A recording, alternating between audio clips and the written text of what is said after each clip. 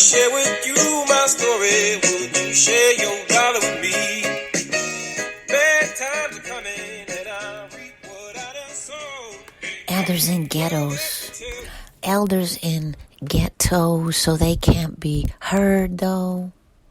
Long ago told Krapitalist lies about being a burden, taking too much of our precious time. Words, love, ideas no longer a priority if I'm doing important shit like fighting poverty. Yeah, elders making dollars for corporate elder ghetto ballers, but where did the love go? You know, in community, together though. Like Uncle Al Robles would teach, the moments in the day to listen and be slow, to walk and dream and manifest an elder-filled scene, have all been tricked away from us behind the Amerikkklan dream of hoarding cash. So now they are just seen as a target. Nobody reveres these wisdom keepers, struggle through racism, classism, false borders, but not visioned as teachers and healers and speakers. Collecting cans and bottles seen as the mark for communities, for their communities racist, rotten. But this is not a Chinese, black, or indigenous problem. This is colonial madness crafted with Krapitalist scarcity narratives that get told and sold that nothing old matters. When we are taught to get mines no matter what, to keep stealing and raping and extracting, to fight each other over crumbs even when none of us get none. To step on each other literally if you are perceived as having something I don't got or I might need. Yet today's podcast from a poverty scholar is dedicated to all the elders in my life from all parts of Mama Earth. First and foremost, our mamas who've been watching, teaching, lifting us up from birth. And let's not get it twisted. I'm not utopicizing this situation. There are dangerous and evil young and old among us. Anti-black racism exists. It's an Amerikkklan trick of false border lies and who gets shit. Yeah, today this podcast from a poverty scholar is asking y'all to come back with me on a history lesson of colonial genocide right here in this racist class's stolen land.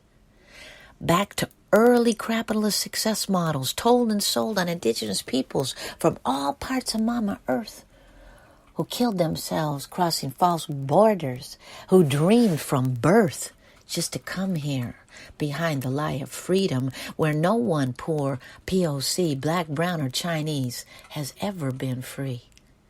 Where Chinese laborers were lied to by corporations into working for free to build billionaire white men train tracks and die in the process, where kitchen workers in San Francisco were forced to live underground and then criminalized for their poverty, where multi-generational mercaditos run by Chinese families were burned to the ground by racist Amerikkklan white people who also burned down thriving black business districts like Black Wall Street, who were sold lies of success and accumulation and cross-cultural criminalization to this land where we are all told to dismantle our villages down to the false notion of the nuclear family, to leave everything that made us behind and don't look back so we too can become gentrifuckers and displacers, so you can become productive and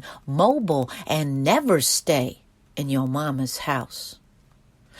Making poor people housing crumbs, aka project housing, where multi-generational families are criminalized for staying together. No, your grandbaby can't live with you if you were lucky enough to get some elder housing Section 8 crumb. So then we in 21st century crumb acquisition land, where you got elders from all across Mama Earth lining up for a crumb, even before COVID, a crumb of groceries, a little some. Line starts at 6 a.m. and the hustle for us poverty scholars is real. So some of us time the line up, and then others as us see the line and feel like, what happened to me? Why don't I get mines? Where's my place in the crumb line?